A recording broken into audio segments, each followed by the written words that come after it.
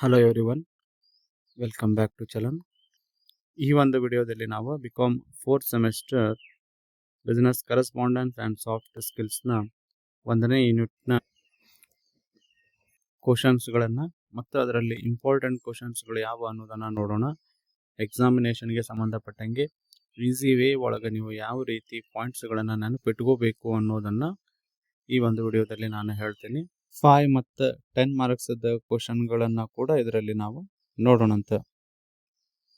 Unit 1 introduction ಇದೆ, ಅದಕ್ಕೆ ಸಂಬಂಧಪಟ್ಟಂಗೆ ಫಸ್ಟ್ ಇಲ್ಲಿ ಇರುವಂತಹ ಕ್ವಶನ್ ಯಾವುದು ಅಂತಂದ್ರೆ explain the process of communication, ಸಂವಹನ ಪ್ರಕ್ರಿಯೆಯನ್ನು ವಿವರಿಸಿರಿ ಅಂಥೇಳಿ.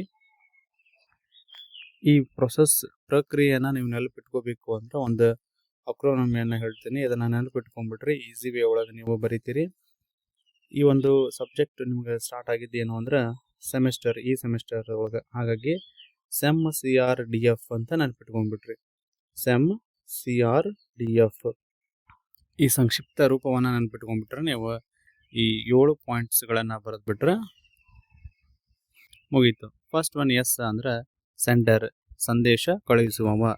ಈ ಎನ್ಕೋಡಿಂಗ್ ಅಂದ್ರೆ ಏನರ್ಥ, ಕನ್ನಡದೊಳಗೆ ಸಂಕೇತ ರೂಪದಲ್ಲಿ ಪರಿವರ್ತನೆ. ಎಂ ಅಂದ್ರೆ ಮೆಸೇಜ್, ಕನ್ನಡದೊಳಗೆ ಸಂದೇಶ ಅಂತ ನಾವು ಕರಿತೀವಿ. ಅದಾದ್ಮೇಲೆ CR ಅಂತ ಇದೆ. ನೆಕ್ಸ್ಟ್ ಸಿ ಅಂತಂದ್ರೆ ಚಾನಲ್, ಮಾಧ್ಯಮ. ಆರ್ ಮೀನ್ಸ್ ಯಾರು? ರಿಸೀವರ್, ಮಾಹಿತಿಯನ್ನ ಪಡೆಯುವವ ಅಥವಾ ಸಂದೇಶವನ್ನ ಪಡೆಯುವವ ಅಂತ ಕರಿತೀವಿ. ಅದಾದ್ಮೇಲೆ ಡಿ ಅಂತಂದ್ರೆ ಡಿಕೋಡಿಂಗ್, ಸಂದೇಶದಲ್ಲಿ ಪರಿವರ್ತನೆ. ಅದಾದ್ಮೇಲೆ ಲಾಸ್ಟ್ ಒನ್ ಎಫ್ ಅಂದ್ರೆ ಫೀಡ್ಬ್ಯಾಕ್, ಪ್ರತಿಕ್ರಿಯೆ ಅಂತ ಬರ್ತೈತಿ. ಸೆಮ್ CRDF ಅಂದ್ರೆ ಏನಾಗ್ತೈತಿ, ಪ್ರೊಸೆಸ್ದ ಪಾಯಿಂಟ್ಸ್ಗಳನ್ನು ನೀವು ಎಕ್ಸ್ಪ್ಲೇನ್ ಮಾಡಿ ಬರೀಬೇಕು. ಎಕ್ಸಾಮಿನೇಷನ್ಗೆ ಬಹಳಷ್ಟು ಇಂಪಾರ್ಟೆಂಟ್ ಕ್ವಶನ್ ಇದು ಆಗಿದೆ. ಈ ಒಂದು ಯೂನಿಟ್ ಒಳಗೆ 2ನೇ ಕ್ವಶನ್ ಯಾವುದಿದೆ ಅಂತಂದ್ರೆ explain the types of business communication. Business communication ಅಂತರ ಕೇಳಿ ಅಥವಾ ಕಮ್ಯುನಿಕೇಷನ್ ಅಂತರ ವರ್ಡ್ ಇರಲಿ, ಎರಡು ಕೂಡ ಒಂದೇ ಇರುತ್ತೆ. ವ್ಯವಹಾರ ಸಂವಹನದ ಪ್ರಕಾರಗಳನ್ನು ವಿವರಿಸಿರಿ. ಪ್ರಕಾರಗಳು ಯಾವ್ಯಾವ ಅದಾವ ಅಂತಂದ್ರೆ formal communication, informal communication, verbal communication, non verbal communication, visual communication, directional communication. ಇವು 6 ರೀತಿಯ ಕಮ್ಯುನಿಕೇಷನ್ಗಳನ್ನು ನಾವು ನೋಡ್ಬೋದು. ಪ್ರಕಾರಗಳು ಮತ್ತು ಬೇರೆ ಬೇರೆ ಕ್ಲಾಸಿಫಿಕೇಶನ್ ಕೂಡ ಮಾಡ್ತಾರ, ಮತ್ತು ಬೇರೆ ಬೇರೆನೂ ನಿಮ್ಗೆ ಹೇಳಿರಬಹುದು. ಬಟ್ ಇವು ಬೇಸಿಕ್ಸ್ಗಳು, ಇವಿಷ್ಟುಗಳು ನೀವು ಕವರ್ ಮಾಡಿದ್ರೆ ಸಾಕಾಗ್ತೈತಿ. ಫಾರ್ಮಲ್ ಕಮ್ಯುನಿಕೇಷನ್ ಅಂತ ಕರಿತೀವಿ. ಇದಕ್ಕೆ ಔಪಚಾರಿಕ ಸಂವಹನ ಅಥವಾ ಸಂಪರ್ಕ ಸಂದೇಶ ಅಂತ ಕರಿತೀವಿ.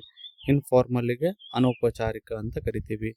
ವರ್ಬಲ್ ಅಂತಂದ್ರೆ ಕನ್ನಡದೊಳಗೆ ಮೌಖಿಕ ಲಿಖಿತ ಸಂವಹನ ಅಂತ ಹೇಳ್ಬೋದು. ನಾನ್ ವರ್ಬಲ್ ಅಮೌಖಿಕ ಸಂವಹನ. ವಿಜುವಲ್ ಕಮ್ಯುನಿಕೇಷನ್, ಹಾವಭಾವಗಳ ಮೂಲಕ ಸಂವಹನ ಅಂತ ನಾವು ಕರಿತೀವಿ. ಅದಾದ್ಮೇಲೆ ಡೈರೆಕ್ಷನಲ್ ಕಮ್ಯುನಿಕೇಷನ್ ಅಂದ್ರೆ ದಿಕ್ಕು ಆಧಾರಿತ ಸಂವಹನ ಅಂತ ಕರಿತೀವಿ. ಈ ಮೀಡಿಯಾಸ್ ಆಫ್ ಕಮ್ಯುನಿಕೇಷನ್ಗೆ ನಾನು ಒಂದು ಅಕ್ರೋನಮಿ ಏನು ಮಾಡೀನಿ ಅಂದ್ರೆ ಸೆಂಟೆನ್ಸ್ ಮಾಡಿ ನೋಡ್ರಿ. ಏನು ಅಂದ್ರೆ wise owls fly above vast areas and enjoys great silence. ಬುದ್ಧಿವಂತ ಗುಬ್ಬೆಗಳು ವಿಶಾಲವಾದ ಪ್ರದೇಶದ ಮೇಲೆ ಹಾರುತ್ತಾ ಮಹಾನ್ ಮೌನವನ್ನು ಆನಂದಿಸುತ್ತವೆ. ವೈಸ್ ಒಳಗೆ W ಅಂದ ತಗೋರಿ ನೀವು. W ಅಂದ್ರೆ ರಿಟರ್ನ್ ಕಮ್ಯುನಿಕೇಷನ್. ಓಲ್ಸ್ ತಗೋರಿ, ಓರಲ್ ಕಮ್ಯುನಿಕೇಷನ್ ಅಥವಾ ಓರಲ್ ಮೀಡಿಯಾ ಅಂತ ನೀವು ಬರಿಬಹುದು. ಅದಾದ್ಮೇಲೆ ಎಫ್ ಒಳಗೆ ಫ್ಲೈ ಅಂತ ಇದೆ, ಫೇಸ್ ಟು ಫೇಸ್ ಕಮ್ಯುನಿಕೇಷನ್. ಅಬೋ ಒಳಗೆ ಎ ತಗೋರಿ, ಎ ಅಂದ್ರೆ ಆಡಿಯೋ ಕಮ್ಯುನಿಕೇಷನ್. ವ್ಯಾಸ್ಟ್ ವಿ ಅಂದ ತಗೋರಿ, visual communication. A audio visual communication. And enjoys ಈ ಅಷ್ಟೇ ತಗೊಂಡ್ಬಿಟ್ರಿ. ಈ ಇಲೆಕ್ಟ್ರಾನಿಕ್ ಮೀಡಿಯಾ ಅಥವಾ ಇಲೆಕ್ಟ್ರಾನಿಕ್ ಕಮ್ಯುನಿಕೇಷನ್ ಅಂತ ನಾವು ಕರಿಬಹುದು. ಗ್ರೇಟ್ ಜಿ ಜಸ್ಟರ್ಸ್ ಅಥವಾ ಫೇಶಿಯಲ್ ಎಕ್ಸ್ಪ್ರೆಷನ್ಸ್ ಅಂತ ನಾವು ಕರಿತೀವಿ. ಮುಖ ಭಾವಗಳು ಅಥವಾ ಶಬ್ದರಹಿತ ಭಾವಾಭಿನಯ ಅಂತ ಹೇಳಿ ನಾವು ಕನ್ನಡದೊಳಗೆ ಕರಿಬಹುದು. ಲಾಸ್ಟ್ ಒನ್ ಸೈಲೆನ್ಸ್, ಅದಕ್ಕೆ ಸೈಲೆನ್ಸ್ ಅಂತ ಹೇಳ್ತೀವಿ. ಮೌನ ಸಂವಹನ ಅಂತ ನಾವು ಕರಿತೀವಿ. ಇವಿಷ್ಟನ್ನ ನೀವು ಬರಿಬೇಕು. ಕನ್ನಡದೊಳಗೆ ಹೇಳೋದಾದ್ರೆ ರಿಟರ್ನ್ ಕಮ್ಯುನಿಕೇಷನ್ ಲಿಖಿತ ಸಂವಹನ, ಓರಲ್ ಕಮ್ಯುನಿಕೇಷನ್ ಮೌಖಿಕ ಸಂವಹನ, ಫೇಸ್ ಟು ಫೇಸ್ ಕಮ್ಯುನಿಕೇಷನ್ ಮುಖಾಮುಖಿ ಸಂವಹನ, ಆಡಿಯೋ ಕಮ್ಯುನಿಕೇಷನ್ ಕರ್ಣಗತ ಸಂವಹನ, ವಿಜುವಲ್ ಅಂತ ಕರಿತೀವಿ. ವಿಜುವಲ್ ಕಮ್ಯುನಿಕೇಷನ್ ಅಂದ್ರೆ ದೃಷ್ಟಿಗೋಚರ ಸಂವಹನ, ಆಡಿಯೋ ವಿಜುವಲ್ ಶ್ರವಣ ದೃಷ್ಟಿಗೋಚರ ಸಂವಹನ ಅಂತ ಕರಿಬಹುದು. ಎಲೆಕ್ಟ್ರಾನಿಕ್ ಮೀಡಿಯಾ ಅಥವಾ ಎಲೆಕ್ಟ್ರಾನಿಕ್ ಕಮ್ಯುನಿಕೇಷನ್ ವಿದ್ಯುನ್ಮಾನ ಸಂವಹನ. ಅದಾದ್ಮೇಲೆ ಹೇಳಿರೋದು ಗೆಸ್ಚರ್ಸ್ ಶಬ್ದರಹಿತ ಮುಖಭಾವ ಅಥವಾ ಭಾವಾಭಿನಯ ಸಂವಹನ ಅಂತ ಕರಿಬೇಕು. ಲಾಸ್ಟ್ ಒನ್ ಸೈಲೆನ್ಸ್ ಮೌನ ಸಂವಹನ ಅಂತ ನಾವು ಕರಿತೀವಿ. ಈ ರೀತಿಯಲ್ಲಿ ಕೂಡ ಇದನ್ನ ನೀವು ನೆನಪು ಇಟ್ಕೋಬಹುದು. ಅದಾದ್ಮೇಲೆ ಇರುವಂತಹ ಪ್ರಶ್ನೆ ಇದರಲ್ಲಿ ಯಾವುದು ಅಂದ್ರೆ ಸಂವಹನಕ್ಕೆ ಇರುವ ಅಡೆತಡೆಗಳು ಮತ್ತು ಅಡೆತಡೆಗಳಿಂದ ಹೊರಬರಲು ಇರುವ ಕ್ರಮಗಳನ್ನು ವಿವರಿಸಿರಿ ಅಂತೇಳಿ. Explain the barriers to communication and measures to overcome from these barriers ಅಂತ ಹೇಳಿ. ಬ್ಯಾರಿಯರ್ಸ್ ಅನ್ನೋ ಒಂದು ಟಾಪಿಕ್ ಬೇರೆ, ಇಲ್ಲೇ ಓವರ್ಕಮ್ ಬರುವಂಥದ್ದು ಒಂದು ಟಾಪಿಕ್ ಬೇರೆ ಬೇರೆ. ಇಲ್ಲಿ ನಾವು ಬ್ಯಾರಿಯರ್ಸ್ ಬಗ್ಗೆ ಫಸ್ಟ್ ನೋಡೋದಾತಂದ್ರೆ ಫಸ್ಟ್ ಒನ್ ಯಾವುದಿದೆ ಅಂತಂದ್ರೆ ಇಲ್ಲಿ ಬ್ಯಾರಿಯರ್ಸ್ ಅಂತ ಅಂದಾಗ ನೀವು ಅದಕ್ಕೆ ಅಕ್ರಾನಮಿ ಏನು ನೆನ್ಪಿಟ್ಕೋಬೇಕು ಅಂದ್ರೆ ಪರ್ಸನ್ಸ್ ಟ್ಯಾಪ್. ಬ್ಯಾರಿಯರ್ಸ್ ಯಾರಿಂದ ಬರ್ತಾವ್ರಿ? ಪರ್ಸನ್ ಇಂದನ ಬರ್ತಾವ. ಅಡೆತಡೆಗಳು ವ್ಯಕ್ತಿಗಳಿಂದನ ಬರಬಹುದು ಅಥವಾ ಬೇರೆ ಬೇರೆಯಿಂದನೂ ಬರಬಹುದು. ಬಟ್ ಫಸ್ಟ್ ಬರೋದೇ ಯಾವುದು? ಬ್ಯಾರಿಯರ್ಸ್ಗಳು ವ್ಯಕ್ತಿಗಳಿಂದ ಅಂತ ಹೇಳಿ ಅನ್ಕೊಂಡು ಪರ್ಸನ್ಸ್ ಅನ್ನೋದನ್ನ ನೆನ್ಪಿಟ್ಕೋರಿ. ಟ್ಯಾಪ್. ಇಲ್ಲಿ ನಾವು ಇದ್ರದ್ದು ಪಾಯಿಂಟ್ಸ್ಗಳನ್ನ ನೋಡೋದಾದ್ರೆ ಫಸ್ಟ್ ಒನ್ ಇರೋದೇನು? ಪಿ ಫಿಸಿಕಲ್ ಬ್ಯಾರಿಯರ್ಸ್ ಅಂತ ನಾವು.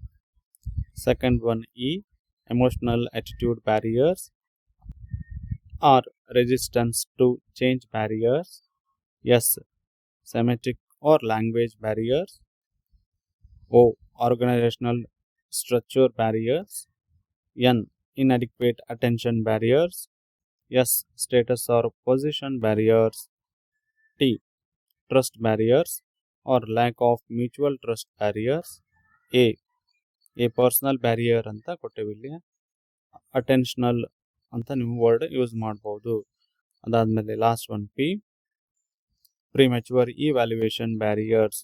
ಇವಿಷ್ಟು ಪಾಯಿಂಟ್ಸ್ಗಳನ್ನು ನೀವು ಕವರ್ ಮಾಡಿ ಬರೀಲೇಬೇಕು. ಅಡೆತಡೆಗಳನ್ನು ನಿಮಗೆ ಕನ್ನಡದಲ್ಲಿನೂ ಕೂಡ ಕೊಟ್ಟಿದ್ದೀನಿ, ನೆನಪಿಟ್ಕೋರಿ.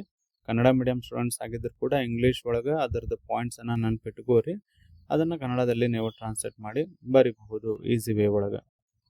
Steps to overcome barriers to communication.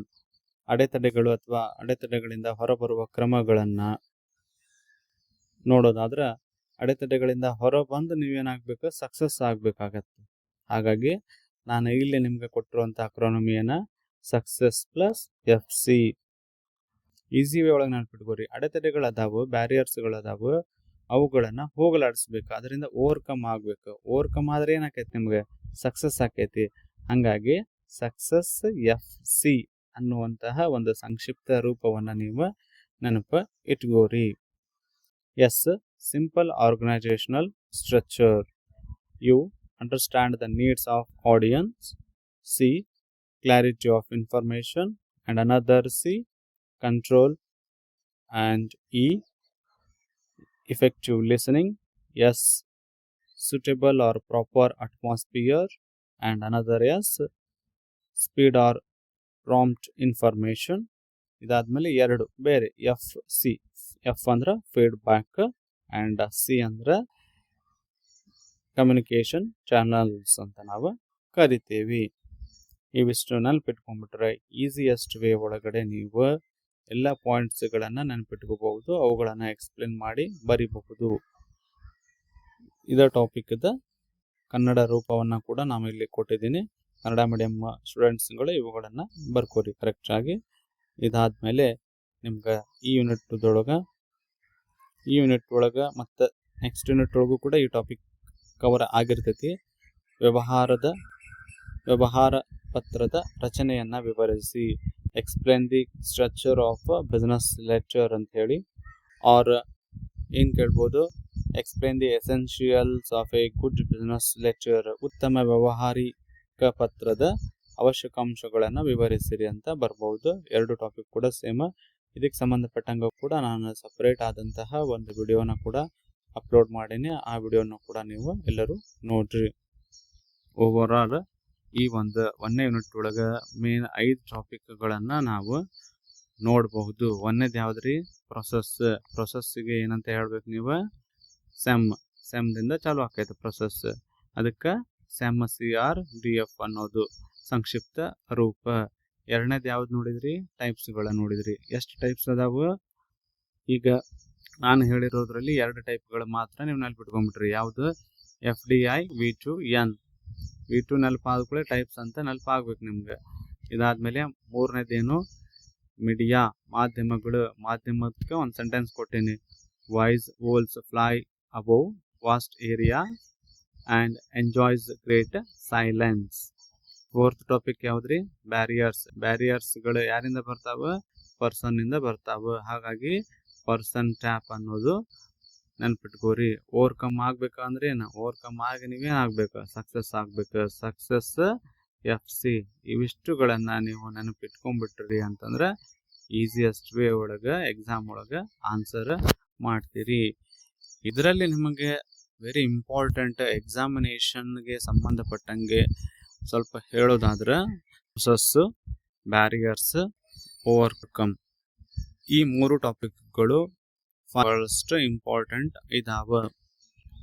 2 ಮಾರ್ಕ್ಸ್ಗೆ ಸಂಬಂಧಪಟ್ಟಂಗೆ ಹೇಳೋದಾದ್ರೆ define communication, what is communication or what is business communication, what is formal communication, what is informal communication, what is grapevine communication.